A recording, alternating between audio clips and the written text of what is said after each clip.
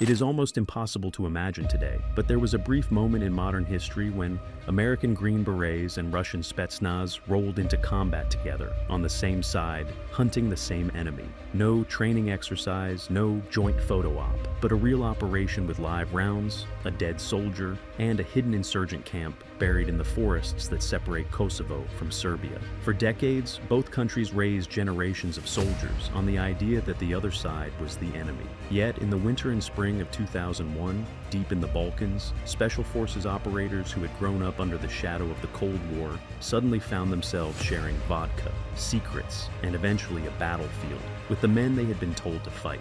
To understand how strange that truly was, you have to look at the timing. The Kosovo War had just ended.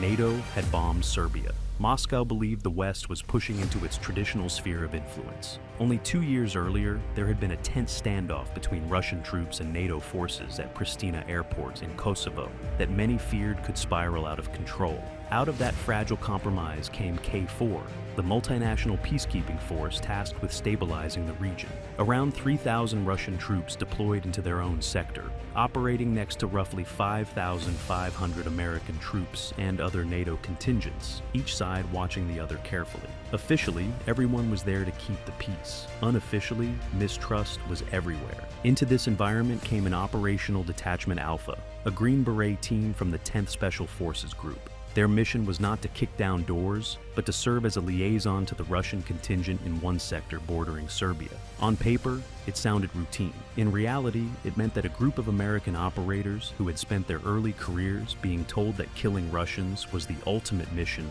now had to live with them, patrol with them, and if needed, fight alongside them. One of those men was Mark Giaconia, a Special Forces weapons sergeant whose memoir, One Green Beret, gives us a rare inside view of what really happened.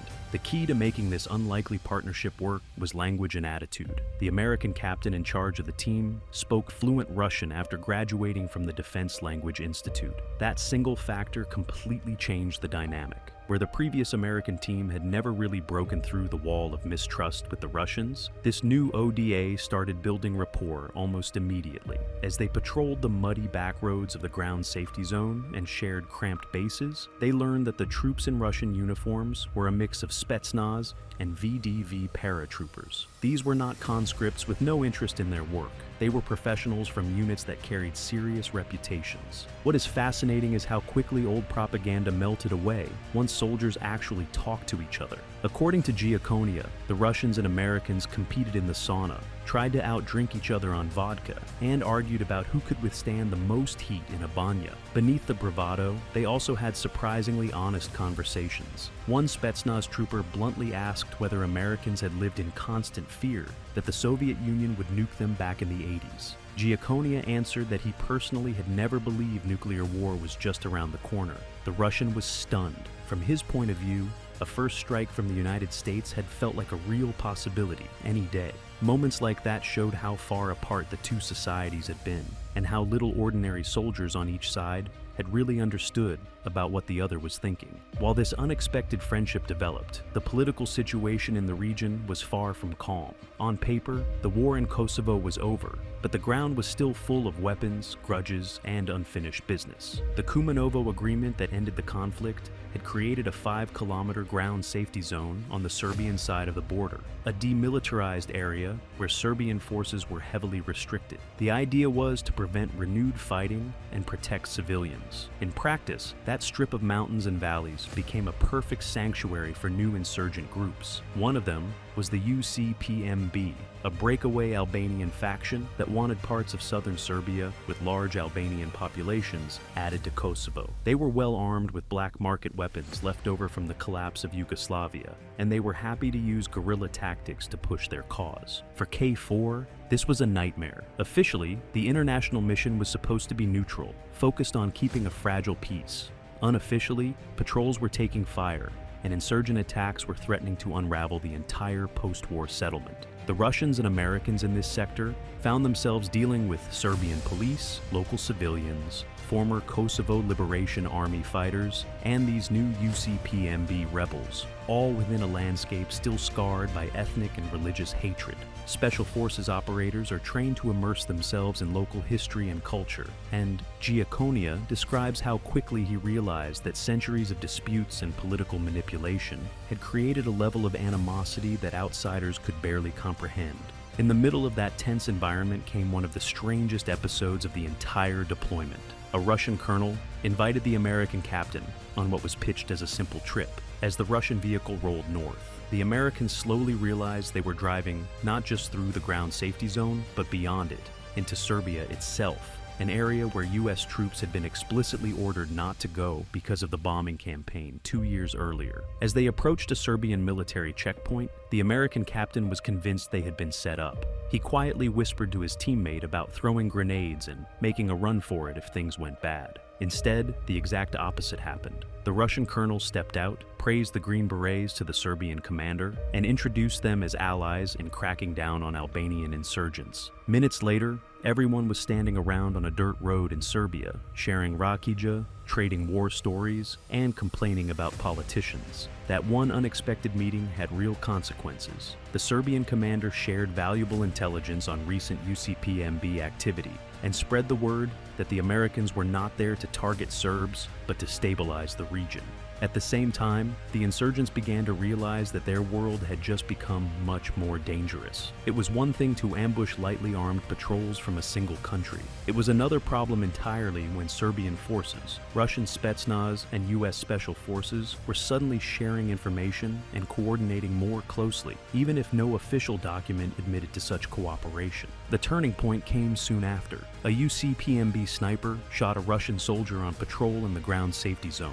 The round struck the man in the head at long range. American helicopters rushed in for medical evacuation, but there was nothing to be saved. For Giaconia, this was the first combat death he had ever seen up close. For the Russians, it was a personal catastrophe. Emotions ran hot. Some shouted, others cried openly as the body was loaded onto the helicopter. Whether you wear one flag on your shoulder or another, the reaction to losing a teammate on patrol is the same: grief, anger, and a powerful desire to find whoever is responsible. At that moment, whatever political hesitation had existed began to evaporate. The Russians wanted the sniper. The Americans, already embedded with them, were furious as well. What followed was an intense manhunt across the Russian sector of the ground safety zone. For days, joint patrols pushed through the mountain roads and small villages, looking for any sign of the shooter or the insurgent unit behind him. Their break came in a way that almost sounds too simple. During one patrol, the Russians spotted a young Albanian man walking alone down a remote dirt road,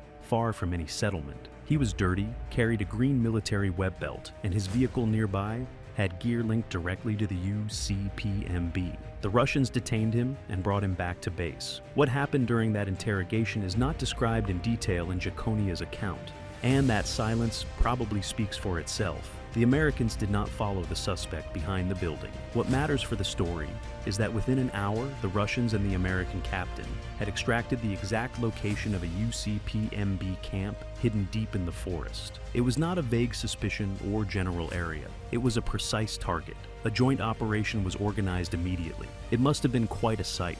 American Humvees and Russian armored personnel carriers heading into the valleys together, moving toward a camp that intelligence said could hold between 40 and 80 fighters. Giaconia manned a Mark 19 automatic grenade launcher in the turret of one Humvee as they entered a remote forested area called Vala Galava. The camp was cleverly concealed among thick trees and camouflage. NATO aircraft flying overhead had never spotted it. The only visible sign at first was a gate with a sign that read, "Stop UCPMB," and a very surprised guard clutching an AK as a mixed column of Americans and Russians rolled into view.